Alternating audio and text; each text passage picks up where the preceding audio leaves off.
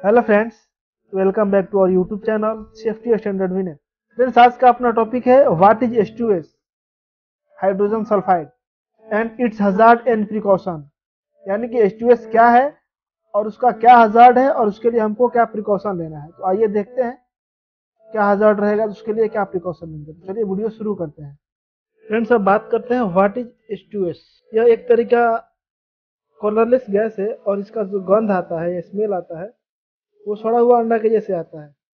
ये काफ़ी ज्वलनशील तथा जहरीला होता है।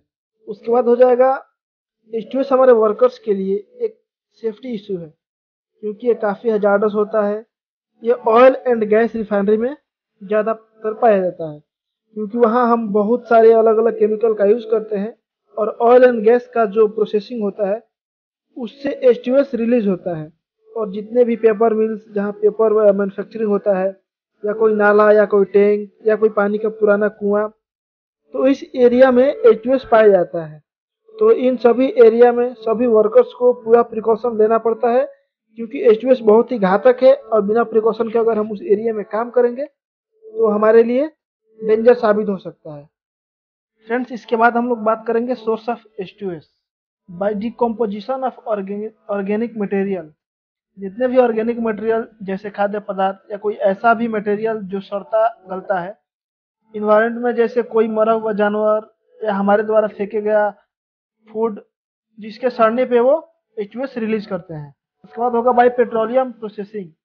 जहाँ ऑयल एंड गैस रिफाइनरी होता है वहाँ पे पेट्रोलियम का यूज करके अलग अलग प्रोडक्ट बनता है, जैसे ऑयल या गैस रिफाइन होता है तो उस दौरान H2S रिलीज होता है। उसके बाद है इन पेपर मिल। जहाँ भी पेपर मैन्युफैक्चरिंग होता है वहाँ H2S रिलीज होता है, क्योंकि उसमें केमिकल का यूज होता है और पुराने पेपर को डिकम्पोज किया जाता है। उसके बाद हो जाएगा भाई पाइपलाइन रस्ट। यानी जितने भी पाइपलाइन होते हैं, जैसे वाटर का हो गया, ऑयल का हो गया, गैस का हो गया, तो उन पाइपलाइन में जो जंग होता है, जो रस्ट होता है, उसमें से भी H2S रिलीज होता है। उसके बाद है H2S is heavier then air. यानी कि हाइड्रोजन सल्फाइड जो गैस होता है वो हवा के मुकाबले भारी होता है, इसलिए H2S गैस ग्राउंड लेवल पर ही रहता है। भारी होने के कारण वर्कर को इफेक्ट होता है जो ग्राउंड लेवल पर रहता है। नेक्स्ट है H2S level of 100 ppm and higher are considered immediately dangerous to life and health. अगर हमारे वर्किंग इन्वायरमेंट में H2S का लेवल 100 ppm है तो वहाँ हम काम नहीं कर सकते हैं। अगर उस एरिया में हम काम करते हैं तो वो काफ़ी डेंजरस साबित हो सकता है। इस सिचुएशन में हम काम नहीं करेंगे और इस सिचुएशन को हम बोलते हैं IDLH, यानी कि immediately dangerous of life and health. The exposure limit 10 ppm is maximum allowed for 8 hours. अगर वर्किंग इन्वायरमेंट में H2S का लेवल 10 ppm है या इससे कम है तो हम मैक्सिमम 8 घंटा तक काम कर सकते हैं ऐसे इन्वायरमेंट में। इसके बाद बात करते हैं हेल्थ हजार्ड ऑफ H2S। उसमें पहला होगा it can cause I irritation. अगर हमारे आंखों में H2S जाता है तो हमारे आंखों में जलन या खुजली होने लगता है या हो सकती है। उसके बाद है it can cause respiratory problem. अगर हम उस एरिया में काम कर रहे हैं जहाँ H2S मौजूद है तो हमें सांस लेने में दिक्कत हो सकती है या हमारे रेस्पायरेटरी ऑर्गन को डिस्टर्ब कर सकता है। अगर ज़्यादा मात्रा में हमारे शरीर के अंदर जाता है तो ये हमारे बॉडी के अंदर रिस्पायरेटरी सिस्टम को डैमेज भी कर सकता है। उसके बाद है it can cause dizziness, headache, abdominal pain. यानी कि हमें चक्कर आ सकता है। अगर हम H2S इन्वायरमेंट में काम कर रहे हैं तो हमारे सर में दर्द हो सकता है या पेट में दर्द हो सकता है अगर हम इसे इनहेल करते हैं तो। उसके बाद होगा loss of concentration bye regular exposure. यानी कि अगर हम रेगुलर H2S के संपर्क में आ रहे हैं तो यह हमारे कंसंट्रेशन पे इफेक्ट डाल सकता है। जैसे हमें कोई बात लंबे समय तक याद नहीं रहेगा या हमें भूलने की बीमारी हो जाएगी। नेक्स्ट है brain damage, death and fatal cases possible. यानी कि H2S से हमारा ब्रेन डैमेज हो सकता है, डेथ हो सकता है या फेटल केस भी हो सकता है। फ्रेंड्स, अगर आप हमारे चैनल पर नए हैं तो वीडियो को लाइक करके चैनल को सब्सक्राइब कर लीजिए और बेल आइकन प्रेस कर दीजिए, ताकि नेक्स्ट आने वाली वीडियो की नोटिफिकेशन आपको आसानी से प्राप्त हो सके। इसके बाद का हमारा टॉपिक है सेफ्टी प्रिकॉशंस। यानी कि हम जहाँ भी काम कर रहे हैं जहाँ H2S की मौजूदगी है तो हम वहाँ सेफ्टी प्रिकॉशन क्या क्या ले सकते हैं।